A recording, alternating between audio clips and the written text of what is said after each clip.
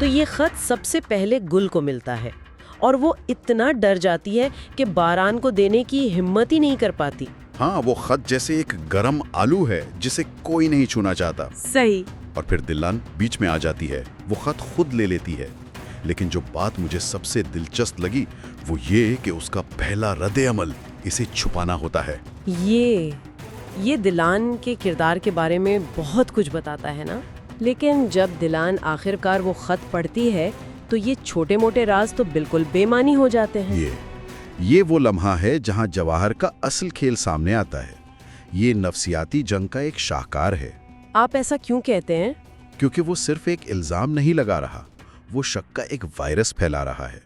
वो साफ साफ लिखता है, तुम्हारा असल दुश्मन मैं नहीं बल्कि तुम्हारे अपने घर में है। और फिर वो नाम लेता है। जी, वो नाम लेता है फुरात काराबे। इल्जाम ये है कि जहान को मारने की कोशिश वो फरात ने की थी। ये तो बहुत बड़ा इंकशाफ है। दिलान के लिए तो जैसे दुनिया ही खत्म हो गई होगी। बिल्कुल। मेरा ख्याल है कि ये राज इतना बड़ा है, इतना जहरीला है कि वो इसे जुबान पर लाकर हकीकत नहीं बनाना चाहती। अच्छा, ये धोखा नहीं है, ये उस हकीकत को काबू में रखने की एक बेचैन कोशिश है जो उसके हाथ से निकल रही है।